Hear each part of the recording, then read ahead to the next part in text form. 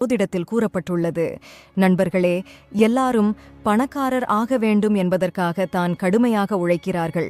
ஆனால் சிலர் எதுவும் செய்யாமலேயே அவர்களுக்கு தேவையான அனைத்தும் கிடைத்து விடுகிறது. இப்படிப்பட்டவர்களை நாம் அதிர்ஷ்டசாலிகள் என்று சொல்கிறோம்.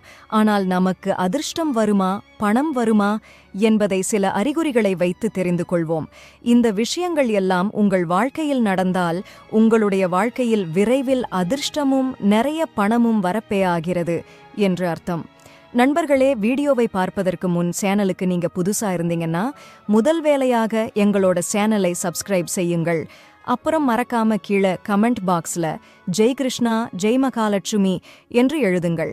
கடவுளால் தேர்ந்தெடுக்கப்பட்ட சிலருக்கோ அதிர்ஷ்டமும் நற்பலன்களும் கிடைக்கும் என்று நம்பப்படுகிறது. நல்ல காலம் வருவதற்கான சில முக்கிய அறிகுறிகள். முதல் அறிகுறி, நாளை உங்கள் வீட்டில் திடீரென்று எறும்புகள் வந்து வட்டமாக எதையாவது சாப்பிடத் தொடங்கினால் அது மிகவும் சிறந்த அறிகுறியாக கருதப்படுகிறது. இது உங்கள் வீட்டிற்கு மகாலட்சுமி வரவிருப்பதை குறிக்கிறது. இந்த அறிகுறி உங்களுக்கு அபரிமிதமான செல்வம் கிடைக்கப் போகிறது என்பதையும் உங்கள் வாழ்க்கையில் நல்ல மாற்றங்கள் நிகழப்போகின்றன என்பதையும் உணர்த்துகிறது. உங்கள் வீட்டில் திடீரென்று கருப்பு எறும்புகள் தோன்றினால் அது சுபச்சின்னமாக கருதப்படுகிறது. இது உங்கள் வாழ்க்கையில் சில முக்கியமான மாற்றங்கள் ஏற்படப் போகின்றன என்பதை காட்டுகிறது. அந்த மாற்றங்கள் உங்களுக்கும் உங்கள் குடும்பத்திற்கும் நன்மை பயக்கும் மற்றும் மங்களகரமாக இருக்கும். எறும்புகள் உங்கள் வாழ்க்கையில் மாற்றத்திற்கான அறிகுறியாக செயல்படுகின்றன. எனவே அவற்றை அழிக்காமல் வரவேற்று உணவளிக்க வேண்டும். அப்போது உங்கள் இஷ்ட தெய்வத்திடம் மனப்பூர்வமாக பிரார்த்தனை செய்ய வேண்டும். பிரார்த்தனையின் பிறகு எறும்புகள் தானாகவே மறைந்து போகும். இதை செய்வதன் மூலம் உங்கள் வாழ்க்கையில் நல்ல மாற்றங்கள் மற்றும் அமைதி நிலவும். பறவைகள் மரக்கிளைகளில் கூடு கட்டுவது இயல்பானது. ஆனால் இன்றைய காலகட்டத்தில் இடப்பற்றாக்குறையால் பறவைகள் வீடுகளின் ஜன்னல்கள், விளக்குகள் போன்ற இடங்களில் கூடு கட்டுகின்றன. சில சமயங்களில் பறவைகள் நேரடியாக வீடுகளில் தங்கிவிடுகின்றன. வாஸ்து சாஸ்திரத்தின்படி பறவைகள் வீட்டில் கூடு கட்டுவது சுப அறிகுறிகளை தரும். பொதுவாக ஒரு பறவை உங்கள் வீட்டில் வந்து கூடு கட்டினால் அது மிகவும் நல்ல அறிகுறியாகவே கருதப்படுகிறது. இது செல்வம், அமைதி மற்றும் சுப நிகழ்வுகளை வரவேற்கும் என்றும் நம்பப்படுகிறது. எனவே உங்கள் வீட்டில் பறவைகள் தங்கியிருப்பதை கவனித்தால் அவை உங்கள் வாழ்வில் நல்ல மாற்றங்களை கொண்டு வருவதாக எடுத்துக்கொள்ளுங்கள்.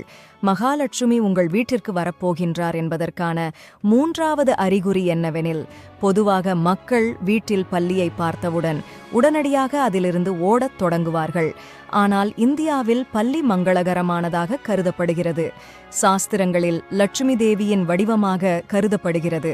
எனவே வீட்டில் பல்லி கண்டால் அது ஒரு சுப அறிகுறி என்று நம்பப்படுகிறது. குறிப்பாக பல்லி வீட்டின் பூஜை அறையில் தோன்றினால் அது மிகச் சிறந்த அறிகுறி. இது நிச்சயமாக நன்மை தரும் முடிவுகளுக்கான அறிகுறியாகும். வீட்டில் ஒரே இடத்தில் 3 பல்லிகள் தென்பட்டால் அது மிகவும் மங்களகரமானதாக கருதப்படுகிறது. இதற்கு காரணமாக மகாலட்சுமிதான் என்று நம்பப்படுகிறது. பல்லிகள் ஒன்றையொன்று துரத்தினால் அது வீட்டில் முன்னேற்றத்தின் அடையாளம் என்றும் கூறப்படுகிறது. தீபாவளி தினத்தன்று துளசி செடியில் பல்லி தோன்றினால் அது மிகவும் மங்களகரமானதாக கருதப்படுகிறது மற்றும் அது அபரிமிதமான செல்வத்தை பெறுவதற்கான அறிகுறியாகும். பொதுவாக கை மற்றும் காலரிப்பு ஏற்படும்போது அதை பெரிதாக கவனிக்காமல் விட்டுவிடுவோம். ஆனால் வீட்டிலுள்ள பெரியவர்கள் கைகளில் அரிப்பு ஏற்படும்போது அதற்கு பின்னால் சில சுபமான மற்றும் அசுபமான அறிகுறிகள் மறைந்திருக்கின்றன என்று கூறுவார்கள். சாமுத்ரிக் சாஸ்திரம் மற்றும் சகுன சாஸ்திரத்தில் இந்த விஷயத்துக்கு முக்கியமான விளக்கங்கள் உள்ளன. இந்த சாஸ்திரங்களின்படி கைகளில் அரிப்பு உங்கள் வாழ்க்கையில் நிதி ஆதாயத்தை எதிர்கொள்வதை குறிக்கின்றது. கைகளில் அரிப்பு சுபமான அறிகுறி ஆகும். ஒருவருக்கு தொடர்ந்து கைகளில் அரிப்பு ஏற்படும்போது அது ஒரு நல்ல அறிகுறியாகும். மேலும் பணம் தொடர்பான சில நல்ல செய்திகளை நீங்கள் விரைவில் பெறுவீர்கள் என்பதை குறிக்கின்றது. ஆகையால் உங்கள் கைகளில் அரிப்பு ஏற்படும்போது நல்ல நாட்கள் வரவிருக்கின்றன என்பதை புரிந்து கொள்ளுங்கள். உங்கள் கனவில் விளக்குமாறு ஆந்தை, குடம், புல்லாங்குழல், யானை, சங்கு, பல்லி, நட்சத்திரம், ரோஜா போன்றவற்றைக் கண்டால் அது நல்ல அடையாளமாக இருக்கிறது.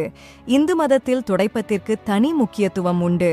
துடைப்பம் பல மங்களகரமான மற்றும் அசுபமான அர்த்தங்களைக் கொண்டுள்ளது. இது விளக்குமாறு சின்னத்துடன் தொடர்புடையது. இது லட்சுமி தேவியின் வடிவமாக கருதப்படுகிறது. வெள்ளை நிற பசு அடிக்கடி உங்களின் கண்களில் படுகிறது.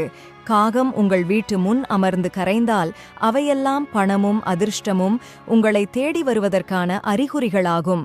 தங்க நிற பாம்பு உங்களின் கனவில் வந்தால் நிச்சம் அது உங்களை தேடி பணம் வரும் அறிகுறியாகும். நீங்கள் பயணம் செய்யும் பொழுது அல்லது வெளியில் செல்லும் பொழுது குரங்கு, பாம்பு அல்லது ஏதாவது ஒரு பறவையை உங்களின் வலது புறம் பார்த்தீர்கள் என்றால் நீங்கள் விரைவிலேயே மிகப்பெரிய பணக்காரராக பேயாகிறீர்கள் என்று அர்த்தம்.